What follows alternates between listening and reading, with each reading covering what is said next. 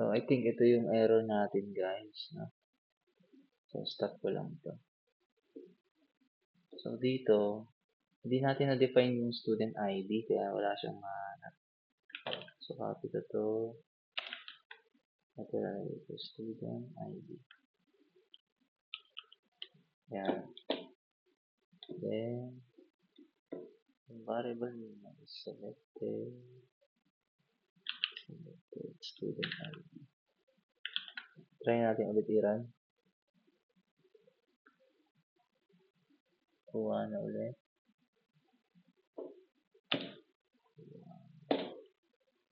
Ano siyang main. Information. Then, update natin. Yun. So, naging ano na siya. One low na main na siya. Okay?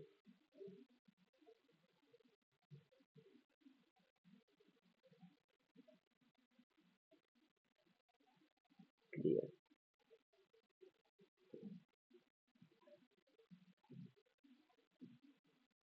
Yun na siya, guys.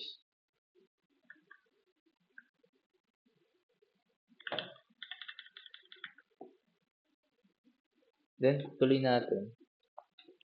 So, last is the delete. So, punta ulit tayo sa design. Then, double-click natin itong delete button. So, delete naman. Ganun ulit. Para lang siyang update. Na kapag walang nakitang ID, may ano siya, please select a student record to delete. Selected. Equals 0.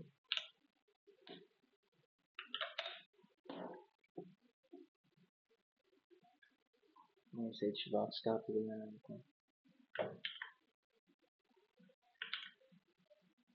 Select to delete.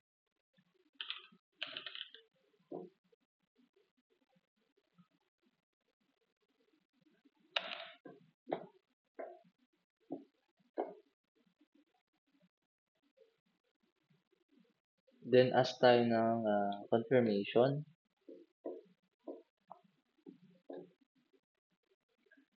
Yung may parang yes, no confirmation. So, dialog result. Variable name result is equals to message box that show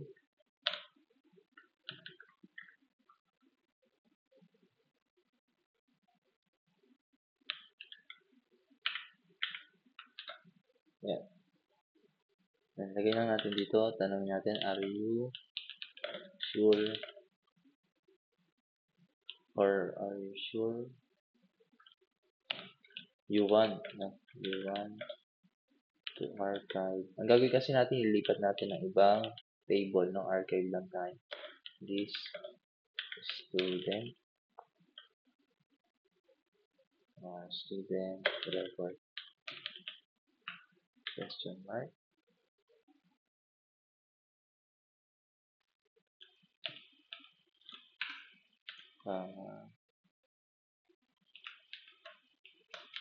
Confirm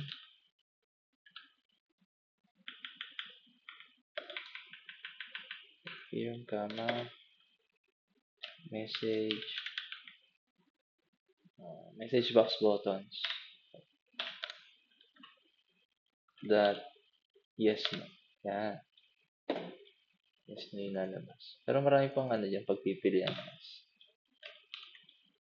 So, ito lang, yes, no, cancel. Okay, cancel. Ito gamitin natin yes, no. Then, if yung result naman ay yes yung pinili,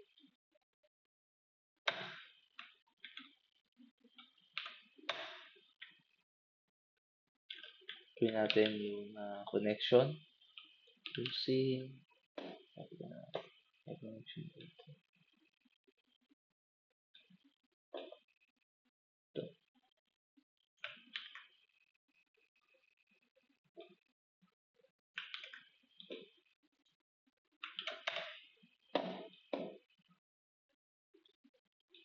connection, con open,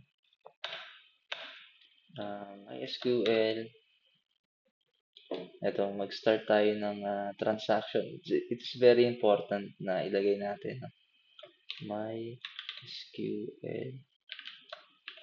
transaction.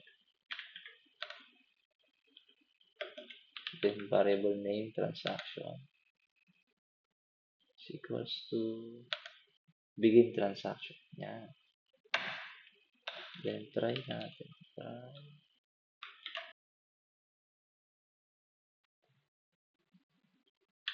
String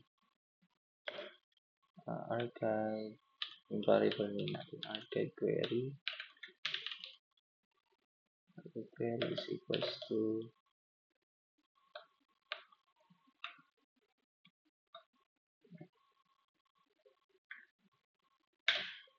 yung query code natin is insert into, nalagay natin siya sa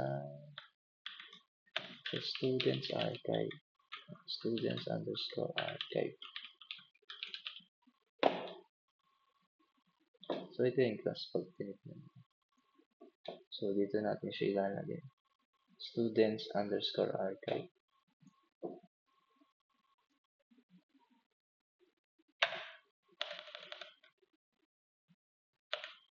Ito na loop to.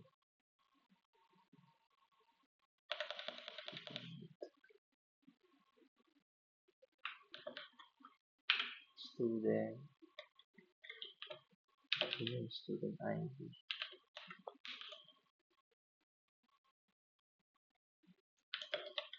Student number. First name.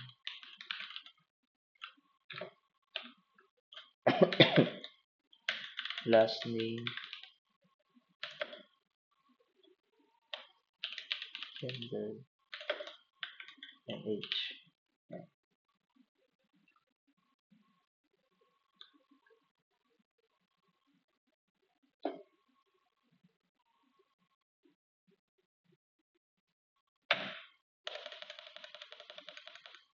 Then select naman natin. Select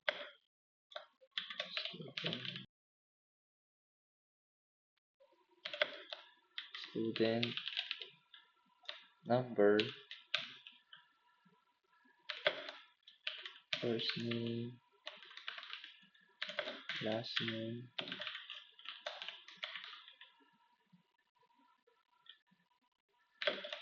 gender, and age.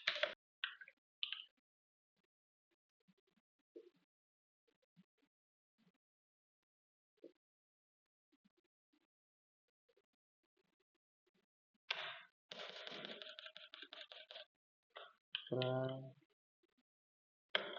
students.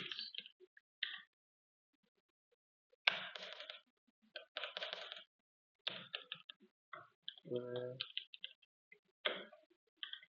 student ID is equals to at student ID.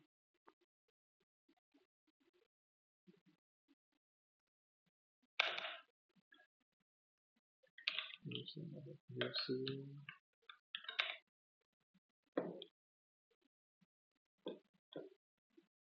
MySQL command.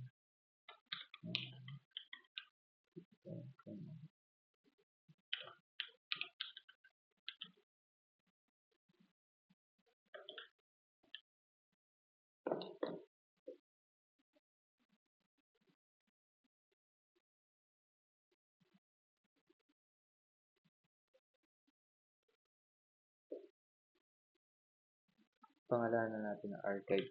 CMD archive. CMD is equals to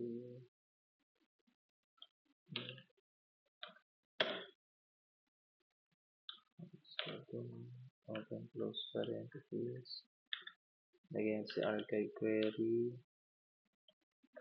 si con, at si transaction.